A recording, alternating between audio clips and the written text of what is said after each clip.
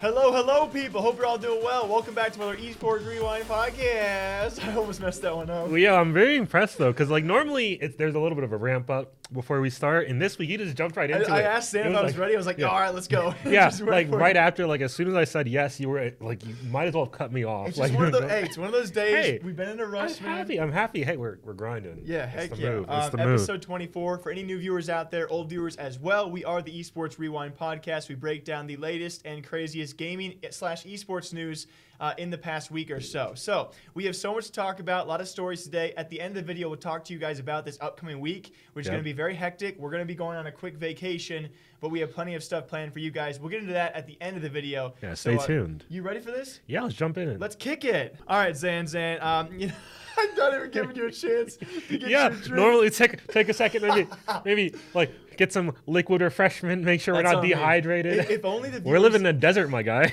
If only the viewers knew how much of a rush we're in the next couple of days. But I always love gauging your opinion on the topics out there, especially topics we don't get into. This is going to be talking about India and Asia. We're going to lap India in with Asia. I want to make that clear because I feel like if I said Asia and then talked about India, there'd be plenty of people that are like, why are you, wait, that's not. No, yeah, that's fair. It's considered the same, right? In the same region, India is. You do these things. You always I know geography is like literally one of our weakest subjects. Like I think maybe the only thing we're worse at is like sports. Yeah. And you're always like, okay, so let me ask you this geography question real quick. Because you know so much about other topics. I'm pretty sure, yeah, India is part of Asia. Okay, if not, we're considering it to be. Don't get too mad at me. Yeah. Either way, so with the expansion, I've been talking about this in recent episodes as well. I kind of want to gauge your opinion on the future of Asian esports, including India, because we have now seen at least 3 very big organizations. So a quick brief, we saw Optic go to India with their CSGO team. You know how that turned out. Either way, though, large brand. They tried to penetrate India maybe a bit too early and obviously did not operate it very well. Now we have Fnatic, their latest announcement. They're entering India with PUBG Mobile, a possible gaming facility in India as well. Huge announcement. Alongside them, the last month we covered FaZe Clan going to Asia, more so the more eastern region of Asia, not India, for some possible mobile teams and other teams as well. That's at least what's been reported and potentially hinted at. So my general question to you is, do you think it's a good idea? And secondly, how do you think they can actually rope it in terms of, like, when you hear Fnatic India, does that catch your eye? Or you're curious enough about that? So do you think it can work, and how? So I think this move is genius on their parts because everybody knows India, Asia in general, is one of the biggest markets on the planet. I'm pretty sure if you took a look at the population of the entire planet, there would be the highest concentration in India, more so than almost anywhere else, right? So if you can break into that market, that's genius. However, I think the problem that other people who have tried in the past have found is they aren't really trying to become a part of the Indian ecosystem or the Asian ecosystem. They're rather trying to say like, oh, let's keep doing our Optic stuff that we're doing over here, but let's just do it over there. When I think Fnatic saying, hey, we're going to have a PUBG mobile team specifically, which is huge in India, that's the right way to go about it. Along with the gaming facility. Right. I thought it was very interesting and very progressive of them. It was very ballsy of them to say, yeah, and gaming facility, because we know how expensive they can be. Probably not expensive as having one out in LA. See, what I'm thinking is like that factors into it for sure, because everybody has a place in LA, and that's way more expensive than almost anywhere else in the world. India, I feel like there's a really good chance the Indian government gave them a grant. You think so? For a facility? If it does happen? Think about that. Like, think about how good it would be for the Indian economy to have a really good esports foothold. Yeah. Like, a facility means you're here to stay. A team means you might be like, I didn't do great. A facility, that's an investment. Right, and especially with Optic, when they did the CSGO team, you're traveling so much, you're never actually, they competed a few times in India, but it's only a few competitions here and there. And even with CSGO, when it comes to India, PUBG Mobile is gigantic. Yeah, enormous. So, like, to your point, if you have an organization get a foothold in, and all of a sudden Fnatic becomes the esports org of India, where all these up-and-coming kids want to go to Fnatic, all of a sudden, you're not only European, you're an Asian team with the impression and brand value you got to imagine is intense. So I like your idea where they can't just open up a roster. They got to really fully immerse themselves in that culture and see what works there. And if you as an organization can figure that out, who knows what's possible. No, yeah, I did like the fact that they were picking up a couple of native Indian players who were big in the scene over there already. That was like, yeah, that's a good call. And I think FaZe also has a great chance too, though, because their branding, especially like if you're an up and coming anywhere in that region kid, and all of a sudden you become brand aware of FaZe, like all of a sudden, you know, like when we were kids, or even like not even too long ago, where you hear someone's in FaZe and you're like, whoa, that's. At least when we were younger, that's a really cool thing. See, the problem is we grew up when FaZe was starting. Yeah. So like now it's so weird because FormaL posted a picture today of the old FaZe logo. Do you remember how they all used to have They've changed it so many times. And then like So I don't know, but so if they can somehow man. if they can re-immerse people in that old nostalgic feeling and have up and coming younger kids out there think like, oh, I want to be in FaZe, like I want to be in Fnatic, that kind of stuff. I think it really can work. I'm just really curious where they will go, and I really like your point about they need to obviously learn about a lot of those cultures and what works. And definitely. so if they can sign the right people, fingers crossed. You never know. I mean, if it works out, it works out well for esports. So I don't see really any downsides. It's a win for everybody involved. Heck yeah. Well. Super excited to see what they can do. Wait, was that a bad way to end it? No, it's fine. The way I said that? No, you're okay. Because that sounds like my Indian accent. Like, oh, no. Oh, yeah. See, I didn't even. No. Okay. Cut that one early. I didn't even. Oh, frick. Okay, no. We can get some B-roll going real quick, and then we'll do a quick cut. Cut that one early, or please. Oh, man. God dang it. Much love from India. Yeah. Okay, Jake, so this is kind of going to tie into your last topic and the rise of mobile gaming again. I think this is a topic we're returning to week after week at this point. So have you heard of something called Starlink? Starlink? I have not. Okay, so this is a huge project undertaking by Elon Musk and SpaceX. Oh, okay. You know, which I'm going to tie this back into esports and gaming in a second. I hope it is tied. Yeah. So the general Starlink. The general pitch is they're going to send a series of satellites into a low Earth orbit to beam essentially internet connections down to the Earth. Okay. Yeah. Sounds smart. Yeah. Right. I mean, satellite people hearing that might think, wait, I remember satellite internet. It was trash. Trust. They've figured out. Elon. Yeah. They figured out how to get the satellites at a low enough orbit that the speed is, you don't see much of a detriment. There's like, I think the numbers were like something like 4 milliseconds. Yeah. I don't know if that's good, but I imagine it's pretty good for like they haven't even like actually got it going yet. And anyway, the reason I'm bringing this up now is because they just had their first successful launch of a set of 60 satellites back in May. And Elon just tweeted earlier this week from his phone saying, hey, this is using the new satellites. This is using the service is already up and running, essentially. Oh, like he tweeted from his phone using the connection from the satellites. All right, I'm with you. And the plan here is to make it so that, hey, this is going to be a global network. So everybody around the world can have access to quality internet. Because just 60 of these satellites. Is there a thing this guy does not do? Like he's taking on so many projects. Jesus, he definitely likes to swing big. Yeah, let's get the whole world internet. Yeah, right. So how's this loop back in then? So the thing is, just 60 of these satellites gives up to 40,000 people. I think that the numbers were let me find the exact numbers. I do want to get this right. Yeah, it provides the bandwidth to stream 4K video to 40,000 people at the same time. Just 60. And 60 satellites seems like a lot of satellites. They're sending up way more. I think they're saying that's like an army of satellites already. How many to cover the entire planet? Up to 30,000 more. Jesus Christ. On top of I think they had already got approved for 12,000, so it's closer to like 40, 50,000. Imagine if one of those bad boys goes out, that space junk coming back down to Earth's surface. They've already figured that out. Apparently they built them so they'll dissolve in the atmosphere if there's a problem, or they can be brought back. So one day your internet just goes away, like, oh, guess my satellite dissolved. If one satellite goes down, my internet dissolved. That's the whole reason you have 30,000. I guess. That is such a weird... general concept, obviously we're probably, years away from... you would think so. Who knows what Elon, though? He's saying, by the end of 2020, we might already have it in the United States. So and by 2027, if things go according to plan, it will be global. So you think this would affect esports in the fact that we could have more players? More players. Infinitely more players. Internet. Everything will be more accessible. The way things are going right now, there's a huge... People are leaning towards streaming games more and more. Yes. And phones are getting stronger and stronger.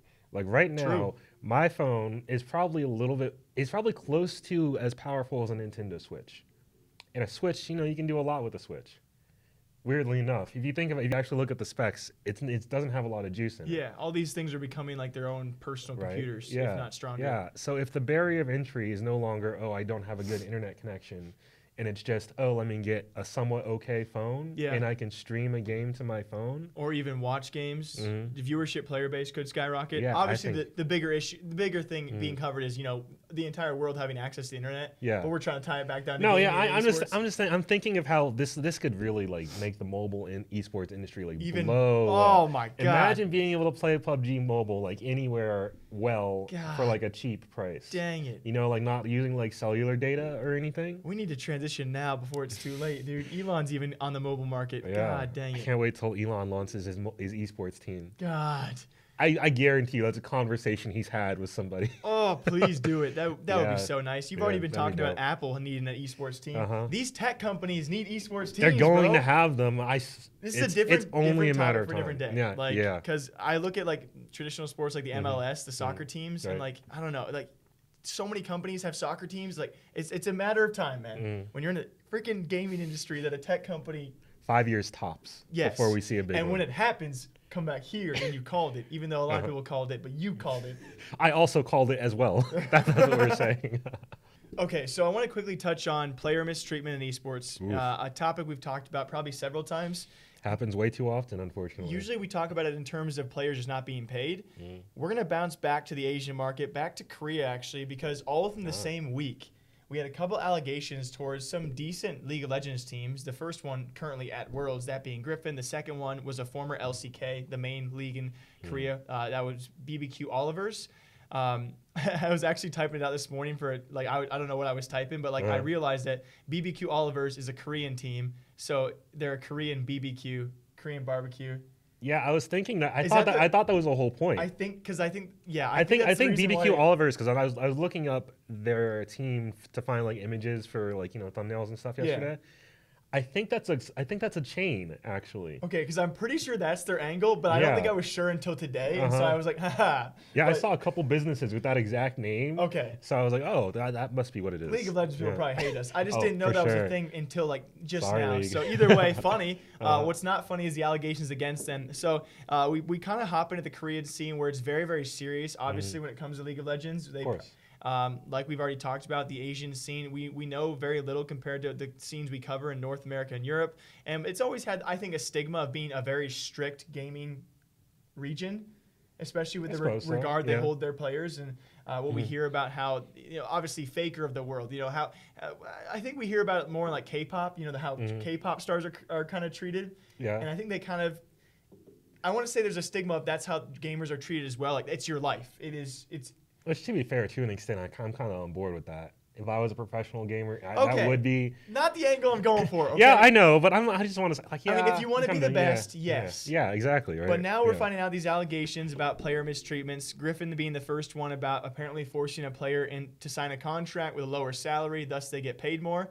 That's where Korean senators are now getting involved, and they're calling for protecting esports players, which is obviously a great response.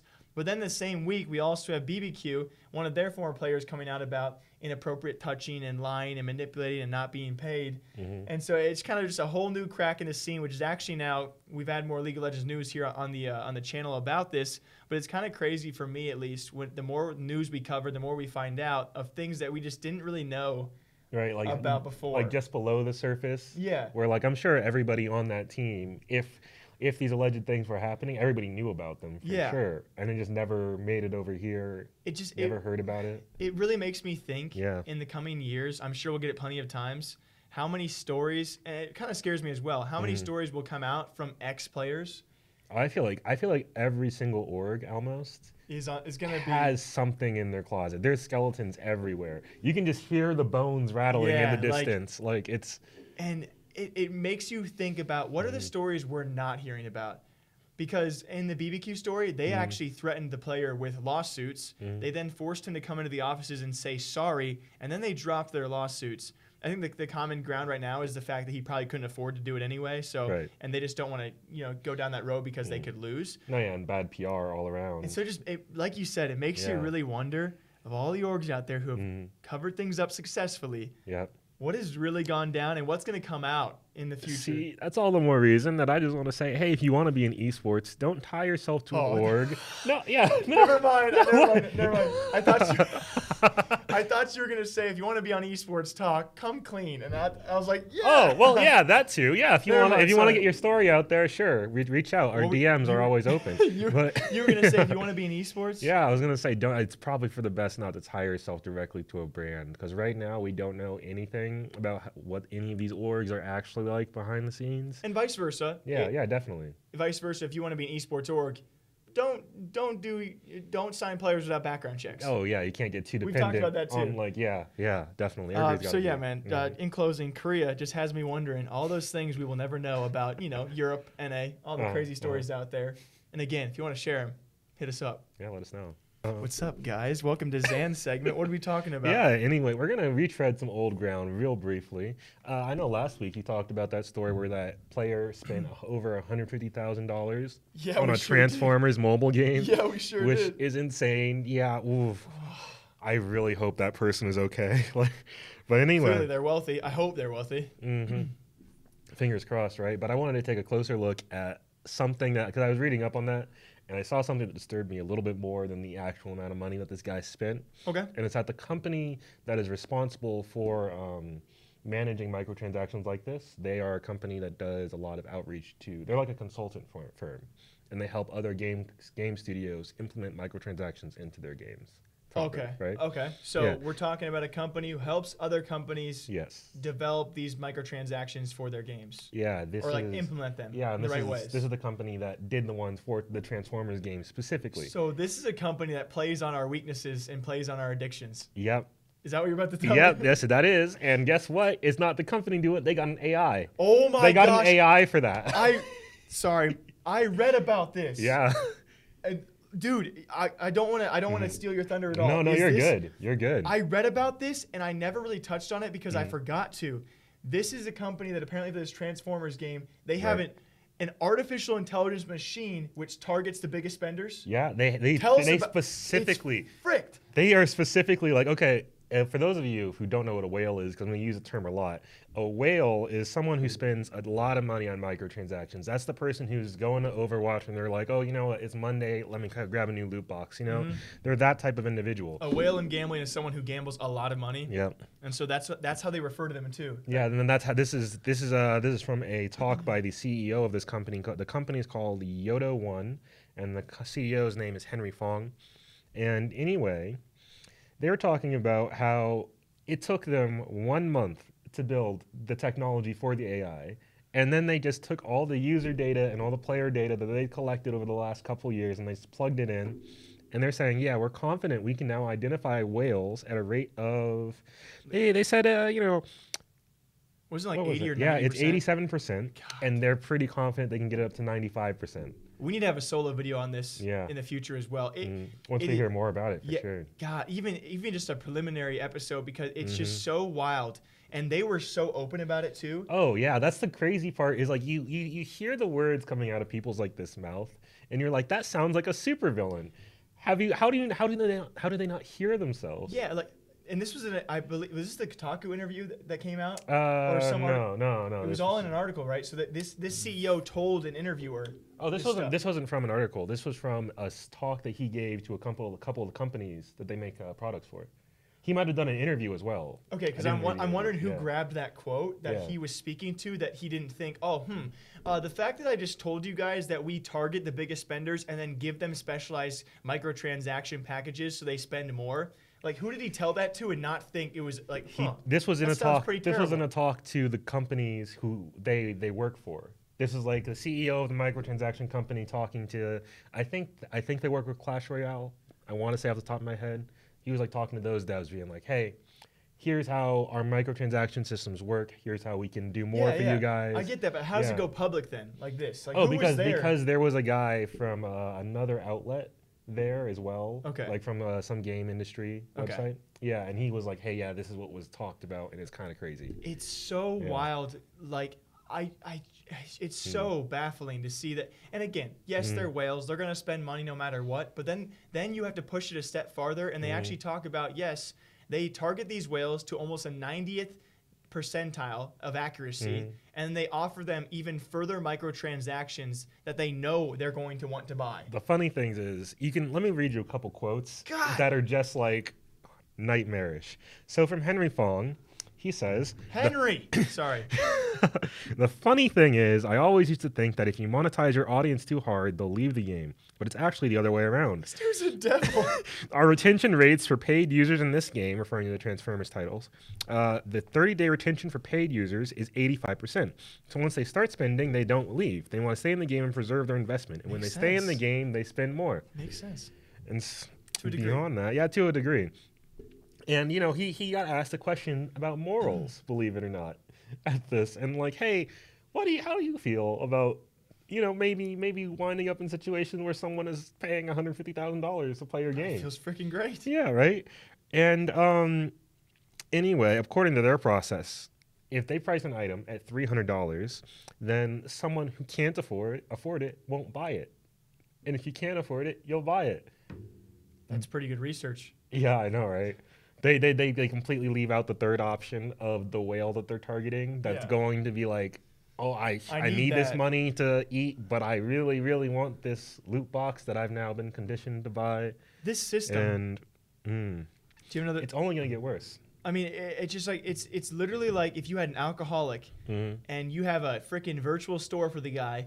He's trying to recover, and then you offer him a discount on alcohol. No, yeah, right. Like, hey, you know, come get some vodka. I know you wanted to quit, but it's cheaper now, or we have a special package for you. Like, it makes it better. Yeah, it's they like, prey on a lot of FOMO. They say, hey, you got a special deal, only 3 days, though. Yeah, like only 15 minutes, like buy now. Oh, this is such a devilish act. Yeah. It makes it, like, because if you guys have not been here for a microtransaction talk in the past, I've definitely been the one to argue with Zan. There's a middle ground.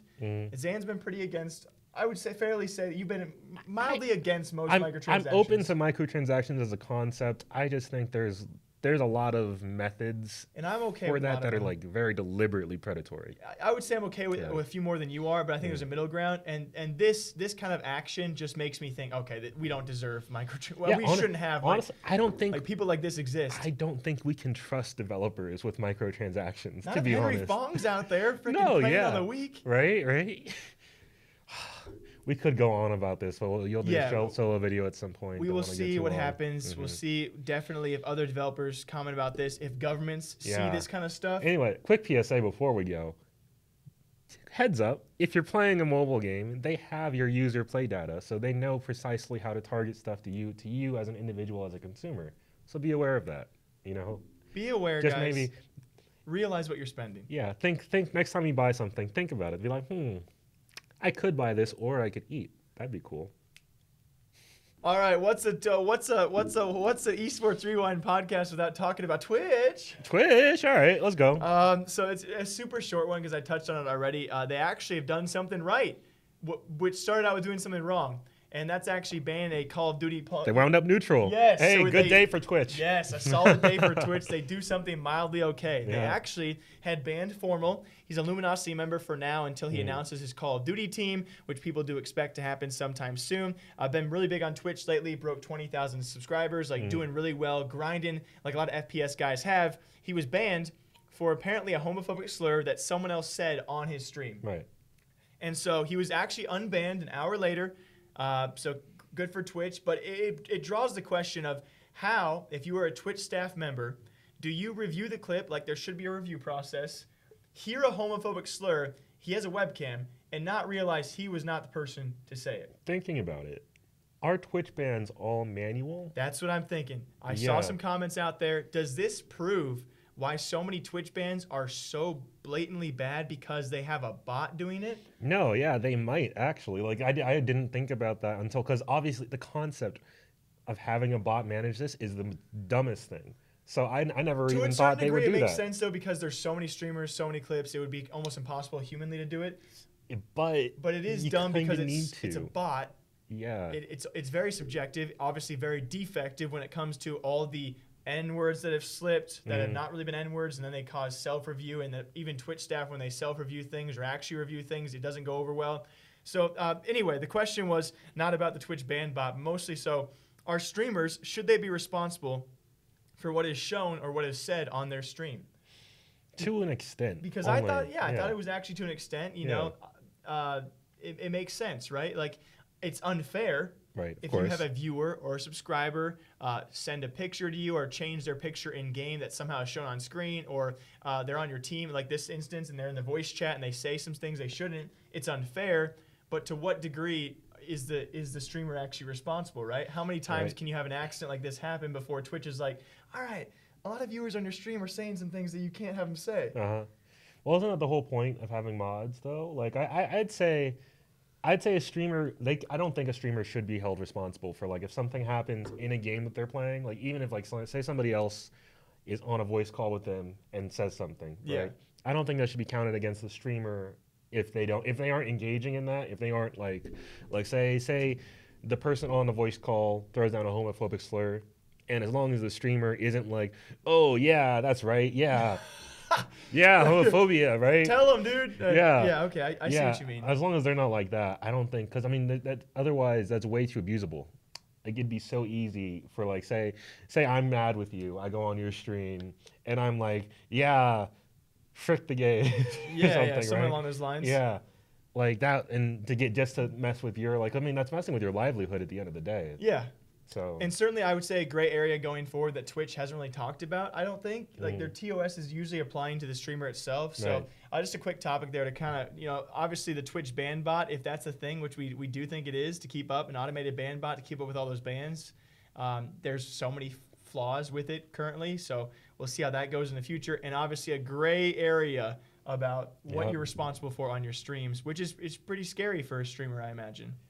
All right, so I want to, talk about something positive real quick. Let's do it. I think let's talk about something really cool that's going on. So in Modern Warfare, none the least. You have been liking this Call of Duty talk these last couple of weeks. Well, it's for a guy who doesn't have the game pre-ordered and won't be getting the game. Actually, no. I think you weren't there when I was talking to Maj and Pete about this. But anyway, so I canceled my pre-order for Modern Warfare after hearing about the potential microtransaction stuff and the year-long exclusivity on PlayStation. I was like, you know what? I can't support that financially. So I just I dipped out. Right. A friend of mine was mad about that. Just bought me a copy of the game and said there we're we playing go. It. So you're playing all along. No, I don't know that. I don't know how much I'm going to play. Probably not going to, actually. Especially because from with him. It sucks because we leave the day it comes out. So I'm already gonna be so behind. I'll play it, but yeah. Anyway, some good news about Modern Warfare. What do you got? I think they're doing something really interesting. Actually, they have a new partnership with Adidas. Where you're the fashion man. Yeah. I thought it was very interesting. Yeah, it's I really like this. So the first, or not the first, sorry. Anyway, if it's the first ever. No, I was gonna say the first 56. I was like, that's not how that works. If you hit level 56 within the first week of the game's release, so between the Friday releases up until November 1st, you're entered in a raffle to win an exclusive pair of one of 300 limited edition Pusha T Oswegos from Adidas. Such a cool offer. I'm actually mad I won't be able to participate because I have like 8 hours in that first week to actually play because we're out of town. Oh, it's a sick offer. Sorry to interrupt. No, you're good. It's a cool offer. No, right? Like this, like you see that and you're immediately interested in playing the game. Yes, you want to play. Like, and that's not hard to reach, I imagine, in the first week if you really grind it out. I don't know.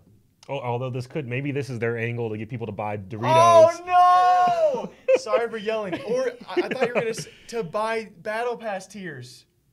I think this is separate from the Battle Pass. I think this is just leveling. But if the Battle Pass has XP or anything in it? I don't think it does. It doesn't? I don't think it does. Never mind then. Okay. I think you gain XP and then the XP contributes to the Battle Pass. It's only cosmetics? We don't know that. But okay. Because that would this is good. We'll keep it at good stuff. It's good. And I just want to say I think more games need to do stuff like this. And I think this could be the future of microtransactions in a healthy way. Let me explain where I'm coming from. Healthy. I think it could be just flat healthy in general, right? Because like Destiny 2 does it a little bit better. Where say for the Garden of Salvation, the new raid that just came out, if you manage to finish the new raid within the first 2 weeks, you can just buy a jacket. You get a limited edition exclusive jacket that says, hey, I finished the raid, I managed to do it. And that's like dope. That's a really nice thing that you can just you don't have to open a loot box. Yeah. You don't have to buy anything random. You're getting an actual item that actually has like real world value and looks pretty dope. Yeah. Like that, and it's gonna mean something for years and years. And especially now because if you grind in Call of Duty and you get it, you've actually made money for a week of grinding. right? Those shoes will probably reach a decent price. Yeah, well, I don't know. You know better I don't than know. probably anyone. They're kind of like a gross colorway, and those wheels have kind of fallen out of fashion. So I mean, a couple hundred though. Yeah, probably like at least 300 minimum. So I mean, I would say for a lot of obviously the most of the age base is teenagers, so that's a pretty good amount of money for a week. No, yeah, right. So I definitely like it. I hope, like you said, other games do actually introduce this kind of thing, and games that I can actually play in the opening week, so I can actually grind and earn something. What's up, people? Welcome to the outro of the video, and yes, quick announcements for all of you guys. We talked about in the beginning. This podcast goes live still on a Tuesday, though, correct? Yeah, video podcast goes live on Tuesday. For those of you want to find us on the go, Monday on the Prediction Esports Talk Show Network. Yeah. Got to throw the plug in there. Yep.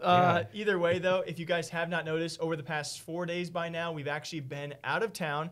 The team had a quick vacation as well. We had pre-recorded episodes for you guys, though, as well. We were in Mexico. Yeah, we just had a little celebration as a team. We were just hanging out, catching some rays. And so by the time you guys see this, we'll be back in a couple days. We'll be back on Thursday. But we should have had a lot of videos for you guys pre-recorded. We worked very hard the week before. We've been really grinding. We've been really. I think it's been like a 2 week. Let's burn the candle at both ends. Let's get all these videos done. So it was almost kind of ironic. The vacation was actually almost deserved. So that's where we were at, guys. But again, if you guys want to catch all of our writing content on the website, esportstalk.com. Other than that, though, YouTube channel has been doing great alongside that. You guys have been showing great support as well for all of that. So is that all we got? I mean, if you want to see what we're up to in Mexico, check us out. We're running the Instagram account pretty consistently now. So hey, look us up, Esports Talk on Instagram, Esports Talk on Twitter. Send us a DM if you got a story you'd like to share. You want to see me shirt on, dude? You hit that Instagram up. Zan's gonna be taking pictures on the trip. So yeah, just a couple. Yeah, no, nothing too risque. Yet. Yeah, unless that's what it takes. Yeah. First picture, just topless Jake, just laying out, oiled up on the beach. Anyway, though, hope you guys all enjoy the Esports Rewind podcast, brought to you weekly, every single week. As per usual, we hope you guys all enjoy your days, and we'll see you back here same time next week. Until then, take care. Bye-bye.